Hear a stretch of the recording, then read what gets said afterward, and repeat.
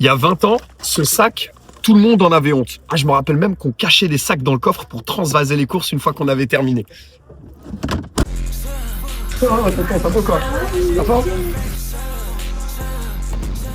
Ça, c'est du foie gras, 8,99 €. Médaillé au salon de l'agriculture. À l'époque, ici, j'achetais mon thon à la catalane. On est clairement sur 2 salles, 2 ambiances. Mais comment est-ce qu'on est passé du thon à la catalane au foie gras médaillé? Aujourd'hui, t'as Booba qui nous poste des stories avec des sneakers qui se vendent 1200 € sur eBay. Exemple avec cette paire en taille 46, vendue au prix du SMIC. T'as Djibril Cissé qui nous fait des défilés, on se croirait dans Hermès. On est clairement passé de la honte à la hype. Dans cette vidéo, je vais te décortiquer les 4 leviers psychologiques qu'ils utilisent et surtout comment toi, tu vas pouvoir les utiliser dans ton écosystème.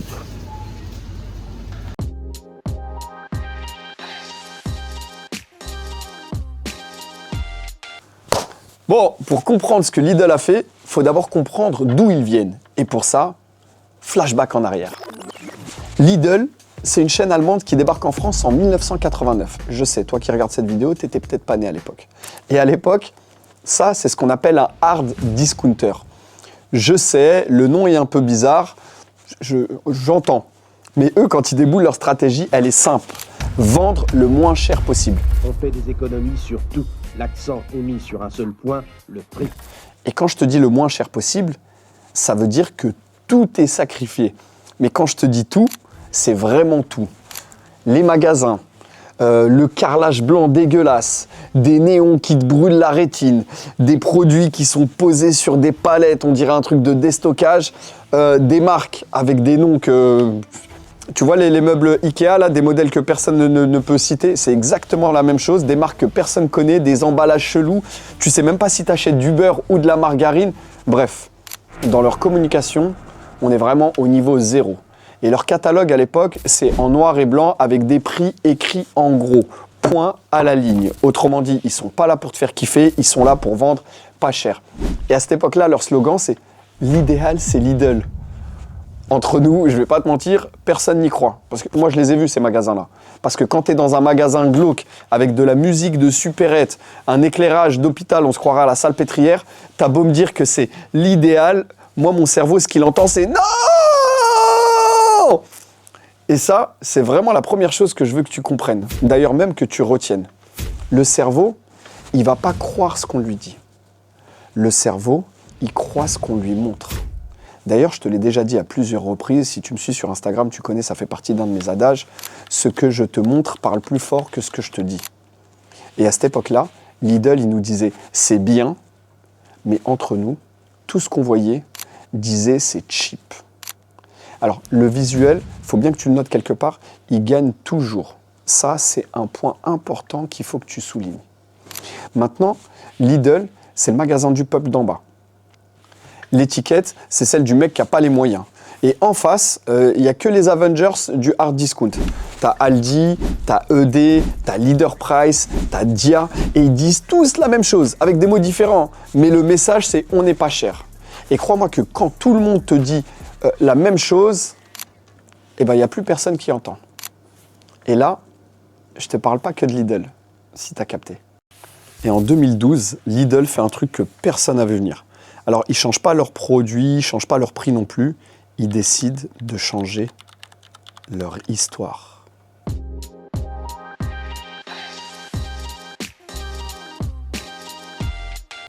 Ferme les yeux 2 secondes et imagine un truc. T'es au restaurant, lumière tamisée, musique d'ambiance, nappe blanche. Le serveur pose une assiette devant toi. T'as pas encore goûté, mais dans ta tête, tu sais déjà que c'est bon. Maintenant, imagine la même assiette, vraiment le même plat, le même cuisinier. Mais cette fois, c'est dans une cantine dégueulasse avec des néons blancs et un plateau en plastique. Entre nous, là, t'as déjà moins envie. Pourtant, c'est exactement le même plat. Ça, tu vois, c'est ce qu'on appelle l'effet de halo. Quand ton cerveau il perçoit un élément positif dans un environnement, eh ben, il contamine tout le reste. Eh ben, c'est exactement ce que Lidl a fait. Dis-toi qu'il y a des cerveaux qui réfléchissent à ça. Regarde où je suis là. Boulangerie à l'entrée, pain frais, allée large, lumière chaude, on dirait un Monoprix. Sauf que le ticket de caisse entre nous, il fait 3 fois moins mal. Mais dis-toi que si le magasin est beau, ton cerveau décide que les produits sont bons. Si ça sent bon le pain frais, comme là d'ailleurs, bah, ton cerveau, il décide que c'est de la qualité. Pourtant, les yaourts, bah, c'est toujours les mêmes, hein. Mais tu les regardes différemment. Parce que le décor, lui, a changé. Et tu vas voir que c'est pareil pour bien plus de choses que tu ne le penses. Maintenant, ton business. Oui, parce que c'est important. Le but, c'est qu'on puisse lier ça à ton business, je te l'ai dit. Il faut que tu comprennes une chose. Par exemple, ton profil Instagram, c'est comme si c'était ta façade. Ton site, c'est ton allée. Et peut-être que ta page de vente, c'est ton rayon. Et si ton magasin, il ressemble au Lidl de 2002, bah, le cerveau du client, il se dit cheap. Même si ton produit est excellent, même si tu as beau lui dire que mon coaching, il est incroyable, même si tu as envie de le crier sur tous les toits, si tes visuels, il ressemble à celui de 200 autres personnes qui font exactement la même chose, bah, je suis désolé de te le dire, ça va être compliqué. Parce que ton cerveau, il procède toujours par association. Et si tu te souviens encore une fois, il ne croit pas ce qu'on lui dit, il croit ce qu'on lui montre. Maintenant, imagine, tu vas sur Insta, il y a un profil que tu ne connais pas, la personne, tu ne l'as jamais vu de ta vie. Et tu vois la personne, oh, tu le vois en photo avec Cristiano Ronaldo. Oh, tu le vois en photo avec, oh, Al Pacino. Après, oh, photo avec Maître Gims. Que tu le veuilles ou non, ton cerveau, il a fait une association. Alors peut-être que dans ta tête, il a fait une association avec le luxe, peut-être la célébrité, mais peu importe, il a fait une association. Maintenant, ce que je te propose de faire, c'est un exercice simple pour que tu comprennes ce que je dis. Prends un téléphone, ouvre le profil Instagram sur le téléphone de quelqu'un qui ne t'appartient pas et regarde ton profil. Imagine-toi que tu le regardes pour la première fois. Et demande-toi, ta personne, est-ce que tu ressembles plus au Lidl de 2002 ou est-ce qu'on est vraiment dans l'air du temps? Parce que dis-toi que ce qu'a fait Lidl là, c'est vraiment juste la première couche. Je te parle du décor. Mais la deuxième, là, c'est un vrai coup de génie.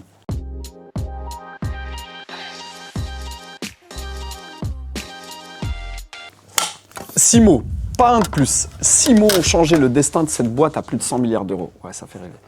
En 2014, Lidl décide de changer son slogan. L'idéal, c'est Lidl disparaît pour laisser place au le vrai prix des bonnes choses. Alors, je répète parce que pour moi, c'est du génie. Le vrai prix des bonnes choses.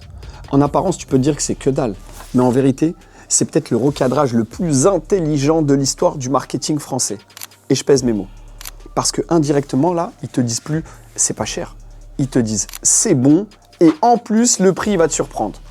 Ça veut dire qu'ils ont déplacé le problème. Le sujet, c'est plus le prix, le sujet, c'est la qualité. Le prix, c'est limite devenu un bonus. Pour que tu captes bien, c'est comme si avant, ils disaient « venez chez nous, c'est pas cher ».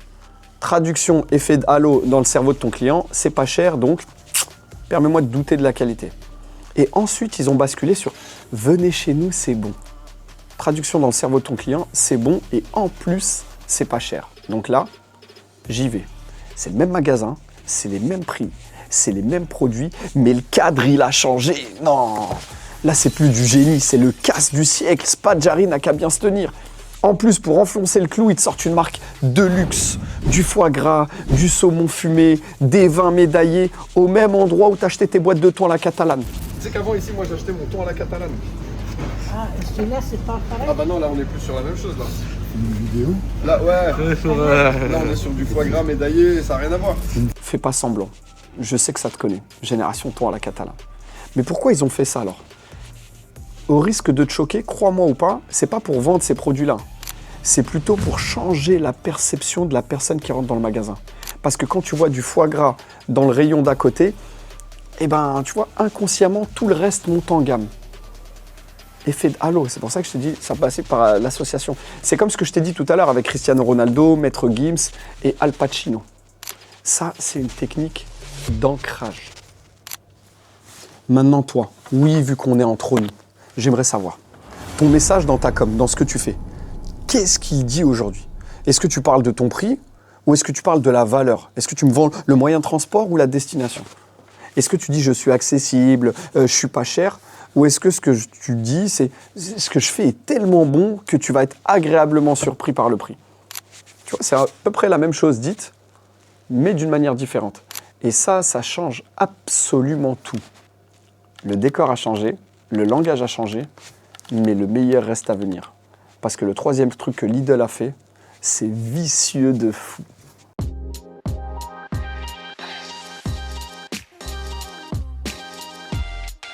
Ils achètent leurs baskets 12,99 €, les revendent 1 200 €. Enquête au cœur d'un business très rentable, celui des paires de baskets d'Art Discount. Ouais, t'as bien entendu. On parle bien du magasin où ta maman achète ses yaourts. Alors, tu me diras comment c'est possible, et ça, c'est ce que je vais t'expliquer tout de suite. En 2015, Lidl lance « On est mal, patron, on est mal ». Je suis sûr que tu te souviens du mec là, avec sa tête de gentil qui parle à son patron. C'est sûr que tu vois de quelle pub je parle. Comment ça, du choix? Bah oui, il y a tout. Plein de produits frais, du bio, des produits régionaux. Enfin, il y a tout ce qu'il faut, quoi. Oh là là là là. On est mal, patron. Ah, on est mal. On est très mal. C'est humain, c'est drôle, c'est comme Carglass répare. Carglass remplace. Tu vois, ça se retient très bien. Et en même temps, qu'est-ce qu'ils font? Ils investissent massivement dans la com. D'ailleurs, en 2021, pour info, Lidl devient le premier annonceur en France avec 536 millions d'euros de budget. Devant Orange, devant Renault, devant tout le monde. C'est eux les numéros 1 de l'investissement. Et en fait, c'est pas le budget qui nous intéresse, c'est bien de parler de chiffres. Nous, ce qui nous importe, c'est le message. Parce qu'en vrai, ils te disent jamais c'est pas cher. Ils montrent des gens normaux qui font leurs courses chez Lidl et qui assument très loin des stéréotypes du cliché de la famille nombreuse. Et ça, tu vois, pour moi, c'est de la preuve sociale. Tu vois quelqu'un que tu respectes faire un truc et un jour, ce truc-là, il devient acceptable, puis il devient désirable et in fine, eh ben, il devient cool. Mais attends. Le coup de maître, il arrive en 2020. Lidl sort des sneakers. 12,99 €. Logo bien gros, bleu, jaune, rouge. Esthétiquement, c'est éclaté au sol. Objectivement, on est sur une paire de baskets de supérette. Pourtant, il n'y a rien qui va. File d'attente devant les magasins. Rupture de stock en quelques heures. On a Booba qui s'affiche en story avec. On a Djibril Cissé. Regarde-moi ça. Je crois qu'il a toutes les tenues, le gars. Je ne sais pas si vous vous rendez compte. Là, on est sur une étude de cas légendaire. Et en même temps, en parallèle, il y a les marchés boursiers qui s'affolent, Wall Street. Les paires, elles se revendent à 1 200 € sur eBay. 1 200 €, 97 fois le prix du marché pour une paire de baskets. Mais qu'est-ce qui a fait ça? Bouge pas, je vais te le donner. C'est 3 ingrédients que tu vas pouvoir utiliser. En numéro 1, c'est la rareté. Il n'y avait que 2000 paires pour tout le pays. En 2002, c'est la reconnaissance. Le design, il est moche, mais il est immanquable, tu ne peux pas le rater. Et en 3, c'est la preuve sociale. Quand Booba valide un truc, toi-même, tu sais, c'est validé. Et je vais même t'en rajouter une 4e, parce que clairement, on est dedans et c'est ce que j'enseigne tous les jours. C'est la puissance des réseaux sociaux. En vrai, si tu regardes bien, Lidl, il n'a pas créé une paire de baskets. Lidl a créé un événement. Maintenant, si je dois faire le parallèle avec ton business, oui, c'est pas le moment de se cacher, au contraire, c'est le moment feuille stylo. Aujourd'hui, peut-être que tu passes ton temps à dire que tu es bon, que ton produit, c'est de la quali, j'en doute pas. Mais la question que j'ai envie de te poser, c'est est-ce que les autres le disent pour toi? Là, c'est peut-être une autre histoire. Où sont tes témoignages clients? Où sont les études de cas? Où sont les personnes qui montrent que travailler avec toi, justement, comme Lidl, c'est un événement? Parce qu'il y a bien une chose que tu dois retenir, c'est que quand c'est toi qui dis que tu es bon, quand bien même c'est vrai, c'est de la pub. Mais quand c'est quelqu'un d'autre qui le dit, c'est de la preuve. Et la preuve, elle bat la pub, à chaque fois. Du coup, maintenant, j'aimerais te faire charbonner un petit peu. Bah oui, parce que comme tu le sais très bien, le savoir sans faire ne sera jamais du savoir-faire. Et entre nous, si je peux être un chouïa plus que ta distraction intellectuelle, pour moi, c'est top. Voilà ce qu'on va faire. Cette semaine, votre mission, si toutefois vous l'acceptez, va être d'aller chercher un témoignage client. Un vrai, pas un « merci, c'était super ». Non, un vrai témoignage. Un témoignage qui raconte une transformation, un avant-après. Et arme-toi un peu de courage et poste-le. Tu vas voir, ça ne mord pas. Mais ça va être un pas de plus qui va parler pour toi. Regarde Lidl. Le décor a changé. Le langage a changé. La preuve sociale est là. Lidl a tout gagné. Clairement, c'est jeu 7 et match. Mais il y a un autre côté de cette histoire. Le côté que personne ne raconte. Celui de ceux qui n'ont malheureusement pas changé.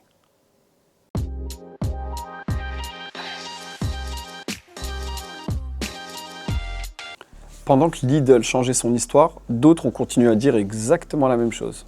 On n'est pas cher. Point à la ligne. ED, fermé. 300 magasins disparus. Leader Price, fermé. Racheté, démantelé. Dia, fermé. Eux, ils ont même quitté la France. Ils sont tous morts, tous disparus. Et tu sais ce qu'ils avaient en commun? Ils n'ont jamais changé leur communication. Ils ont tous continué à dire exactement la même chose. On n'est pas cher. Pendant ce temps-là, le marché, il évoluait. Pendant que les clients, eux, ils voulaient autre chose. Pendant d'ailleurs que Lidl se transformait sous leurs yeux. Hein. C'était là, tu vois, ils sont en concurrence, ils se regardent tous les uns les autres. Mais eux, ils sont restés le Lidl de 2002. Et le marché les a enterrés. Maintenant, je te pose une question à toi. Oui, toi. T'es où dans cette histoire? Parce que ton marché aussi, il évolue. L'IA arrive. De toute façon, on ne pourra pas faire outre. Le contenu gratuit, il explose. Les clients sont de plus en plus exigeants, ils sont plus sollicités, ils sont plus méfiants. Et si tu continues à communiquer exactement comme en 2020, je suis désolé de te le dire, tu vas ressembler à tout le monde et tu vas être la copie d'une copie, d'une copie, d'une copie, d'une copie. Et surtout, tu risques d'être le prochain ED. Alors, ça sera très certainement pas parce que tu es mauvais, mais parce que tu n'auras pas modifié ta manière de communiquer. D'ailleurs, je te le donne en mille, c'est une prescription que je me suis fait à moi-même, mais je te l'offre aujourd'hui dans cette vidéo. Si je devais miser sur une compétence, c'est la capacité à créer de la connexion. Parce que dans un monde où tout est automatique, où l'intelligence artificielle, elle va à une vitesse incroyable, ce qui va faire la diff, c'est des gens qui arrivent à créer de la connexion, des gens qui arrivent à créer de la communication, et ce sera eux qui arriveront à créer de la conversion. Parce qu'aujourd'hui, la barrière, elle est très légère à l'entrée. Jadis, tu avais des gens qui regardaient les Américains, ils avaient toujours un temps d'avance, surtout si tu étais bilingue. Aujourd'hui, c'est quasiment aligné sur le marché français. Dès qu'il y a un truc qui sort, tout de suite dans la foulée, il y a « Oh, la nouvelle automatisation, le nouveau truc, le nouveau ça, télécharge, mets le truc ci ». Et ce qui se passe, c'est que les gens, ils veulent tous la facilité. Tout le monde veut le truc facile, en fait. On veut mettre en place, on veut mettre en place, on veut mettre en place. Et quand tout le monde met exactement la même chose, in fine, en fait, tu n'es plus différenciant. Et surtout, gros détail même qui a son importance, c'est que les gens sont devenus flemmards. C'est devenu tellement... Là, je vois, j'ai des gens, même parmi mes élèves, tu vois, des personnes qui ont moins de 1000 abonnés, qui me disent « Oui, j'ai mis une automatisation, une IA qui répond à ma place en... » Mais non, en fait. Non, si tu reçois tes messages, prends le temps d'échanger avec les gens, prends le temps de leur envoyer un petit message, un petit audio, une petite vidéo. « Ouais, salut, j'ai bien aimé ce que tu m'as fait. » Ça, on ne sait plus faire. On sait juste mettre en place les automatisations. Tout le monde veut la carte bleue, mais personne ne veut créer la connexion. C'est comme si tout le monde veut un date, ils veulent juste la fin, mais ils veulent pas... Non, moi, non, dans ces cas-là, ça ne marche pas comme ça, malheureusement. Et c'est ça ce que je veux t'expliquer. Donc, prends le temps d'apprendre à créer de la connexion, parce que crois-moi que ça, c'est ce qui va faire la différence. Mais bon, pour l'instant, retournons sur le parking. Bon, on se fait un petit récapitulatif. En 1, rappelle-toi que ce que tu montres parle plus fort que ce que tu dis. Ça, c'est l'environnement. T'as pas besoin de mettre 10 000 € pour investir. Non, juste soigne-toi parce que les gens vont se faire leur avis directement. En 2, comme je te l'ai dit, si tu te souviens bien, c'est le langage. Plutôt que de nous vendre le moyen de transport, vends la transformation. Au lieu de donner un prix, de trucs, parle plutôt de ce que vont vivre les gens, de ce qu'ils vont ressentir, de la manière dans laquelle ils peuvent se projeter. Et ça, c'est très important. Ouais, ça va encore. Ça va, merci. Tranquillement. Ça va de te revoir. Toujours là, on va faire une vidéo là. C'est bien, Okay. c'est bien. En 3, rappelle-toi bien, la preuve. Si vraiment tu penses que t'es bon, arrête de le dire, laisse les autres le faire à ta place. Partage des feedbacks, un petit retour, un témoignage, ça parlera toujours plus que si toi tu le dis. Et en 4, commence maintenant. Pas dans 6 mois. Comme disait l'autre, le changement c'est maintenant. Si tu as aimé cette vidéo, pense à t'abonner et je t'ai mis en cadeau dans la description le premier lien 10 techniques pour foirer son storytelling. Si t'es malin, t'as qu'à faire l'inverse et d'ici là, t'attends quoi? Rappelle-toi qu'il est trop tôt pour dire qu'il est trop tard.